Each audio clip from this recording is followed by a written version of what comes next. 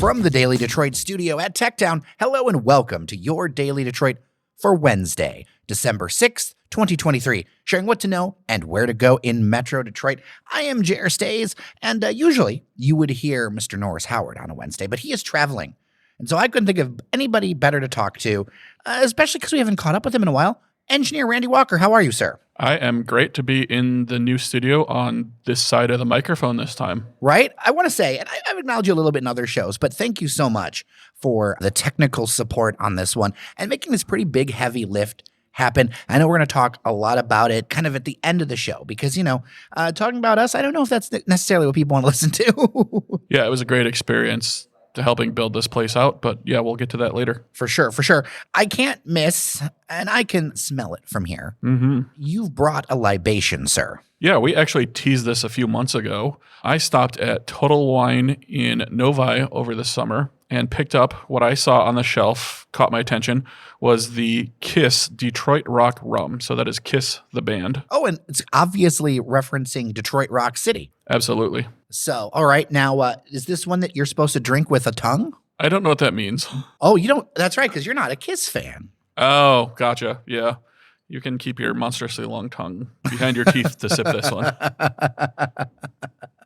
So why don't you tell me a little bit about it? Because you're definitely a rum aficionado. I am quite a rum fan, and this is a blend of Dominican Republic rums, barrel-aged from 8 to 15 years. This is a 45%, so 90 proof rum. As far as rums go, strong, middle of the road, weak, how?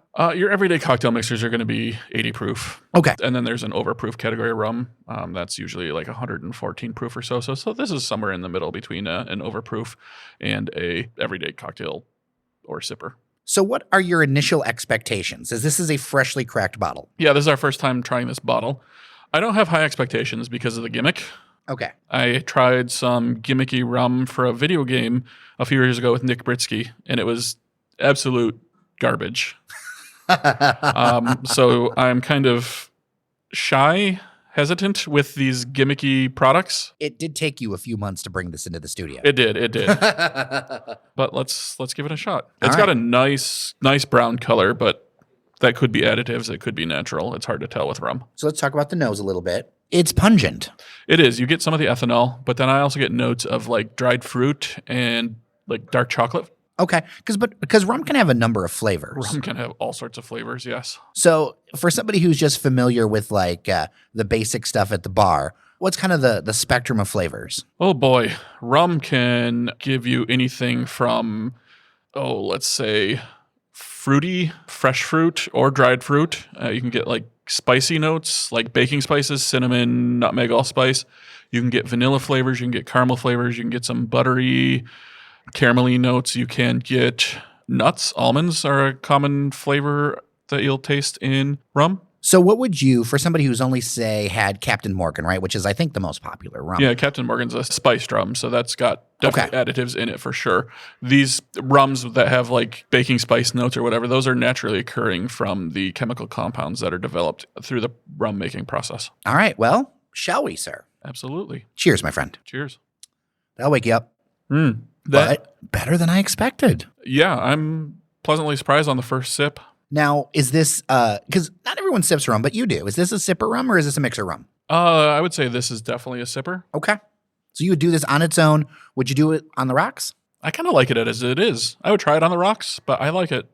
Well, I like it neat. People should know that if a drink or something is more room temperature, you're actually going to pick up more flavor notes than if something's cold. Yeah. And then also the dilution from ice can affect the flavor too. Adding some water this is common with bourbon and whiskey drinkers too, is add a few drops of water to your spirit to help release some of those water-soluble flavors. Well, and with some coffees, especially iced coffees, I know some people actually do a drop or two of saline solution. Yeah. To kind of open up that flavor a little bit. And this is all definitely a conversation. We need to have Kevin Peterson from Sfumato and Castalia back on the show. I know people have heard like the messages, but he's got such a wealth of knowledge with all of this stuff. But I am, for a gimmick, if you gave this to me, I wouldn't assume it was a gimmick rum.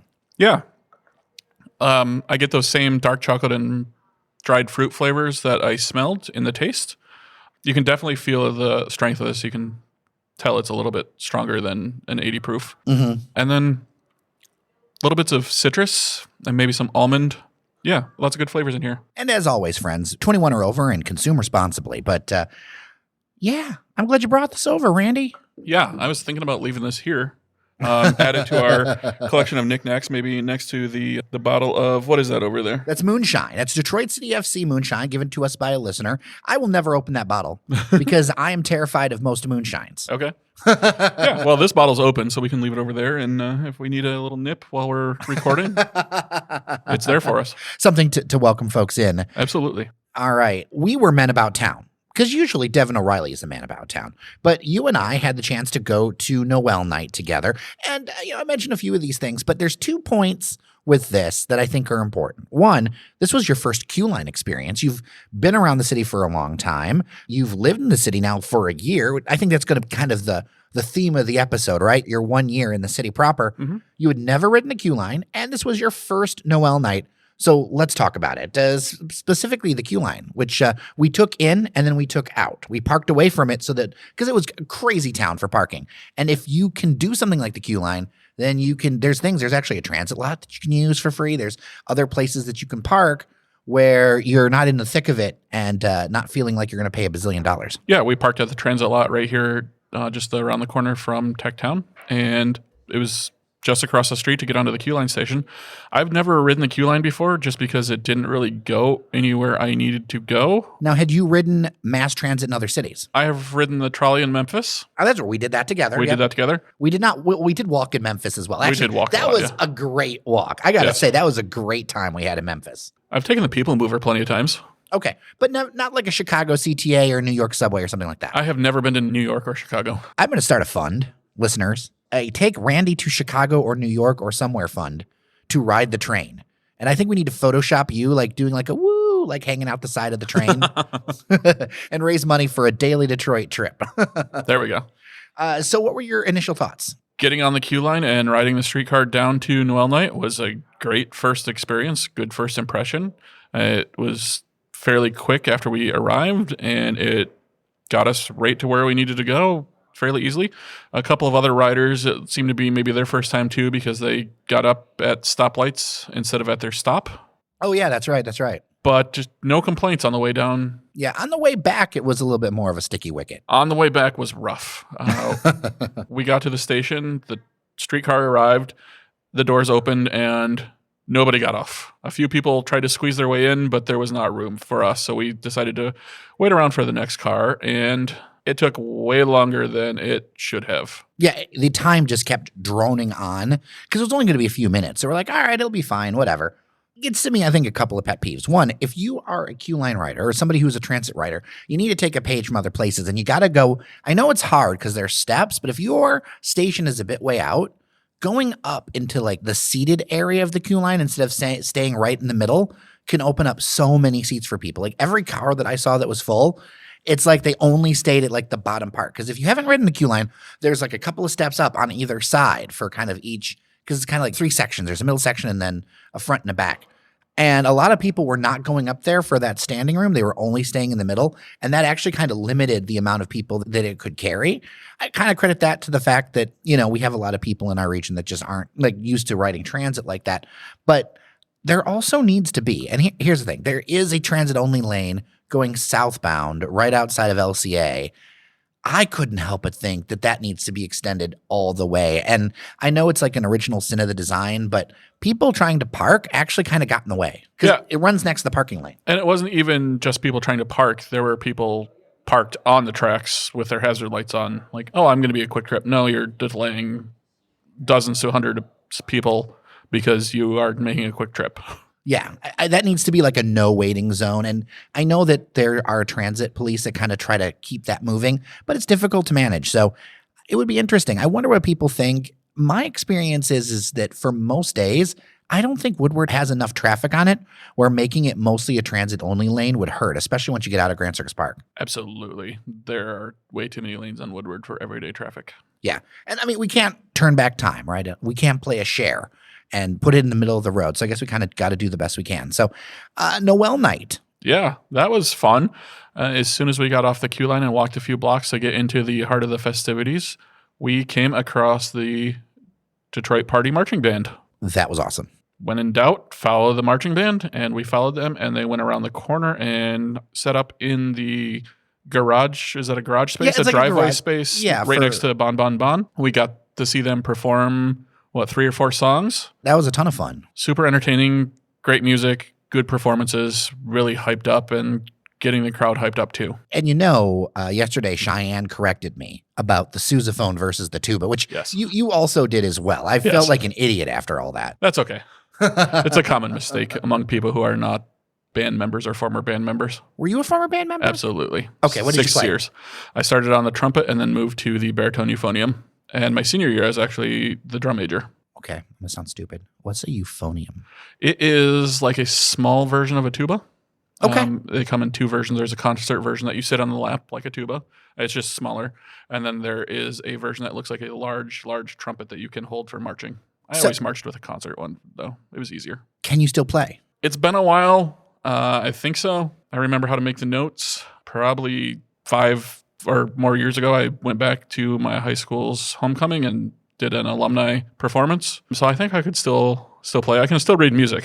So we've got the flautist in Cheyenne, and we have you. I think we're almost to a band. We need some percussion. Yeah, percussion, maybe some trumpets and saxophones, and we're good. That's amazing. That's amazing. So overall, a plus, I think.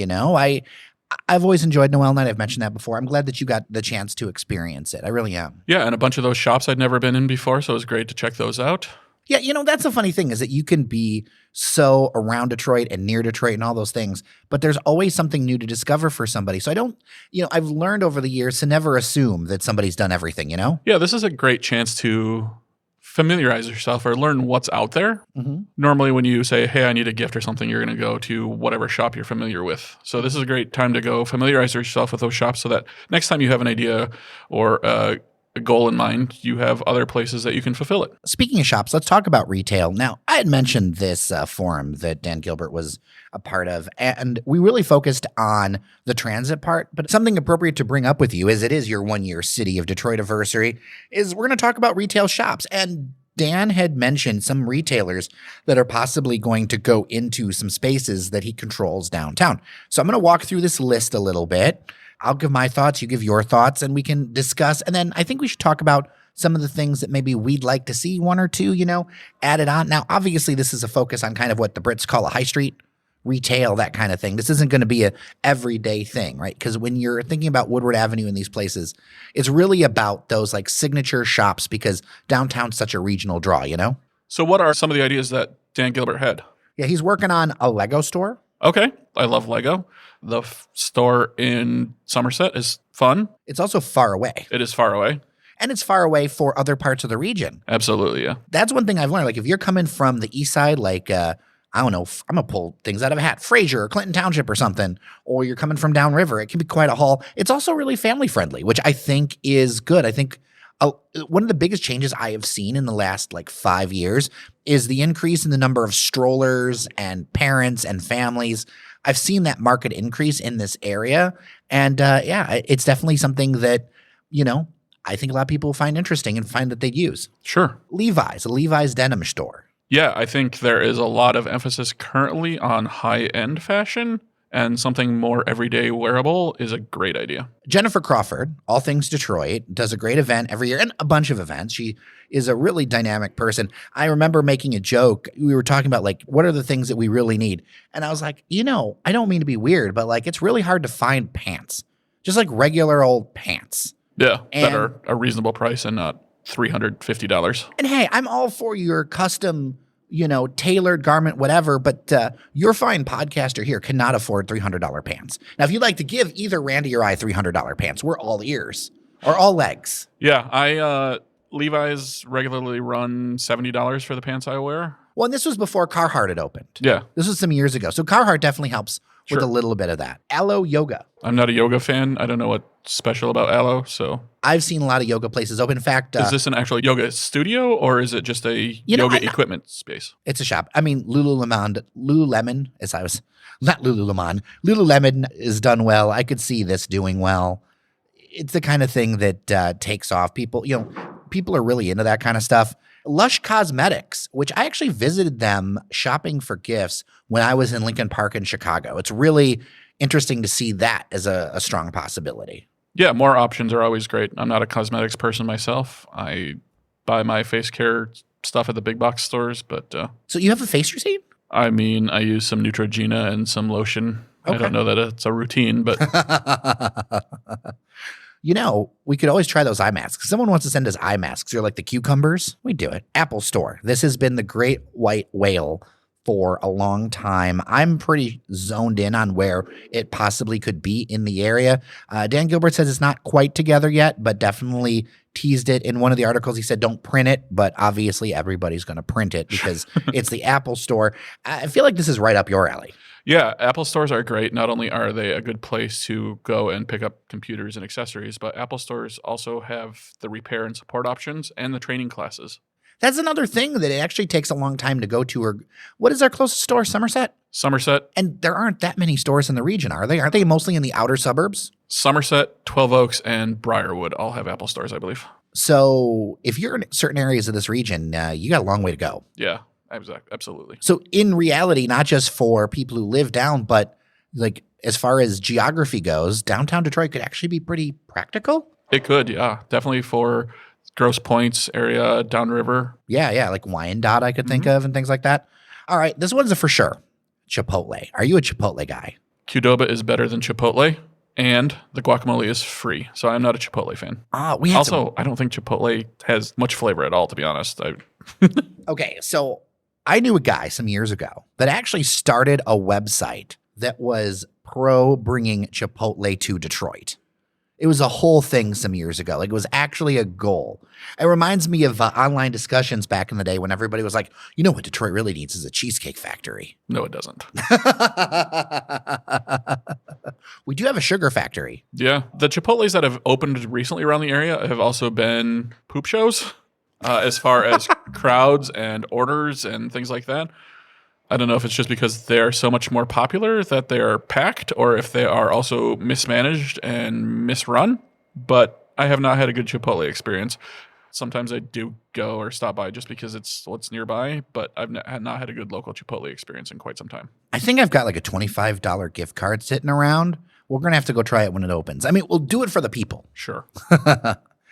Since it's your 1 year-ish City of Detroit anniversary, what's one or two things that you're missing or you feel like you really like that's different than where you were living before? Because you were living in Ferndale, right? Yeah, I was living in Ferndale, walking Yeah. distance to downtown most of the time there in Ferndale. I was also living in Hazel Park before that, walking distance to downtown there. Gift shops, something analogous to maybe like the Rocket in Ferndale. Okay. Something where you can go and pick up cards or fancy candies or things like that.